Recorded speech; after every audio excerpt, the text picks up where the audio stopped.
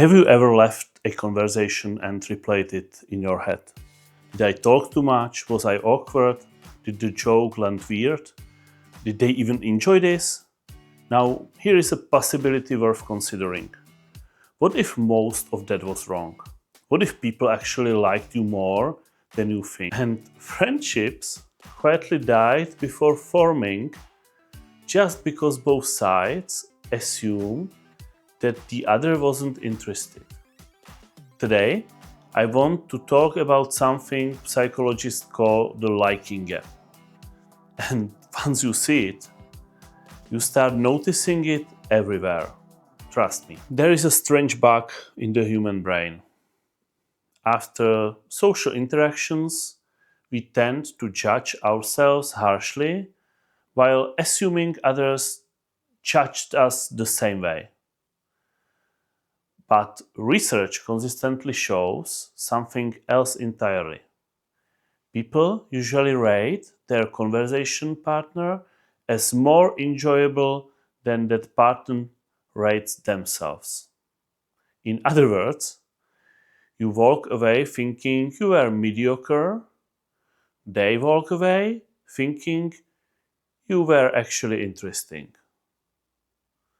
Psychologists call this mismatch the liking gap. And it's a phenomenon where individuals systematically underestimate how much others enjoy their company. And the surprising part, this gap can persist for months after the interaction. So it's not just first date nerves. It is a structural feature of how our minds interpret social reality. During conversations, your attention is pointed inward. You are monitoring yourself. Am I making sense? Am I a bit boring? Did I interrupt? Meanwhile, you are barely registering the signals coming from the other person. How they laugh, their curiosity, their follow-up questions. Your brain is basically running a performance review in real time.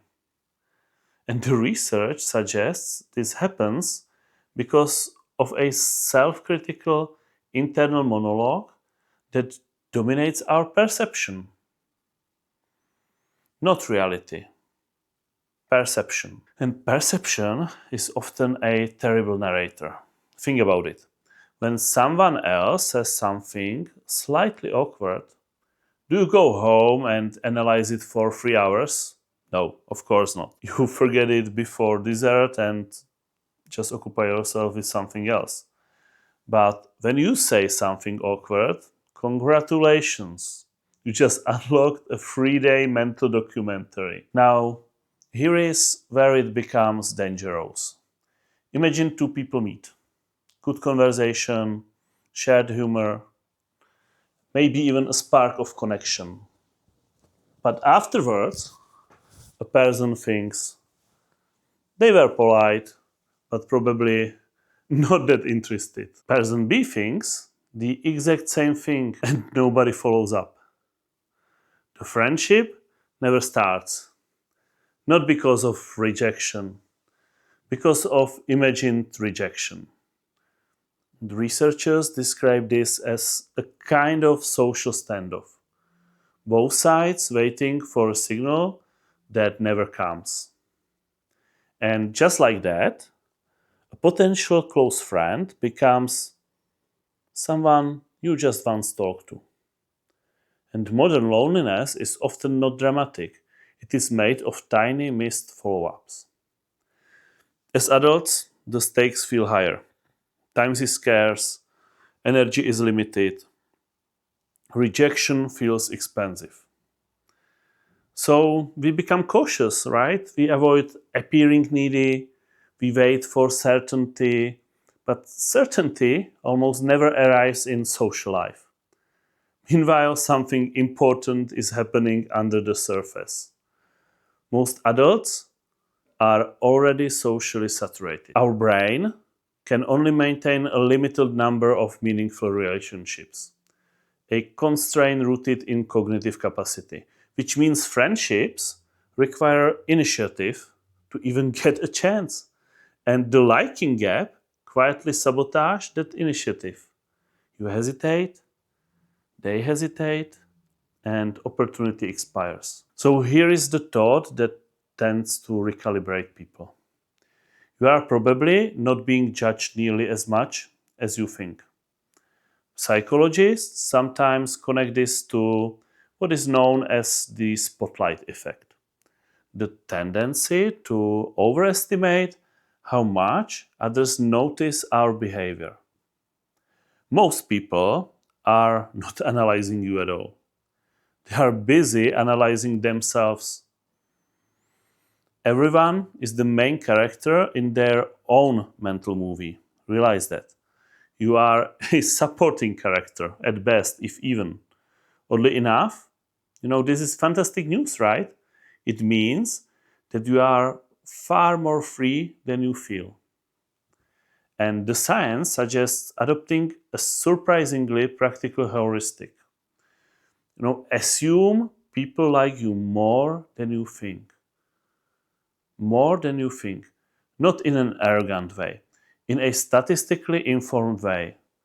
Because the data shows that assumption is usually closer to reality than assuming neutrality or dislike. Now, notice what happens when you operate from that belief. That people like you more than you think. You send the message. You suggest the coffee. You invite them to the walk. Your behavior changes, not because you became more charismatic, but because you stopped disqualifying yourself. Confidence is often just corrected perception. People like you more than you think. So, next time you have a pleasant conversation with someone, coworker, parent from school pickup, someone from a class, it doesn't matter. Do one simple thing. Follow up within 24 hours. Not a big gesture, just something lightweight, like, hey, I enjoyed our conversation yesterday. Want to grab coffee sometime? Or I'm going for a walk Saturday if you want to join. Treat it like a data collection. Run the experiment. And you may be shocked by how often the answer is yes. And even when it is no, it's usually the logistics. Adult life is full, extremely full. So it's not a rejection. Here is what I find most fascinating about the liking gap. It reveals that many social barriers are not external. They are perceptual. We think the world is closing doors. And then in reality, we never even knocked on them, right? And adulthood already lacks the automatic environments that once created friendships for us, like school did, university did, maybe even early jobs sometimes. But now, connection is kind of on manual mode, which means that small psychological errors have far larger consequences. So if making friends feels harder than it used to, if reaching out sometimes feels strangely risky, consider this possibility. You might not be socially failing. You might just be slightly misreading the room. People probably like you more than you think. Just act accordingly. And if there is just one takeaway from today, let it be this. Do not wait for unmistakable signals in social life, because they rarely come. Send the message, make the invitation, stack the hours, because very often on the other side of that tiny moment of courage is a friendship that almost didn't happen. And if this made you rethink how adult connection actually works, subscribe. This channel is about understanding the hidden architecture of modern life and learning how to navigate it a little more consciously. I'm curious, when was the last time you didn't reach out because you assumed someone wasn't interested? Tell me in the comments. Modern adulthood can be emotionally confusing. I'm mapping it in public.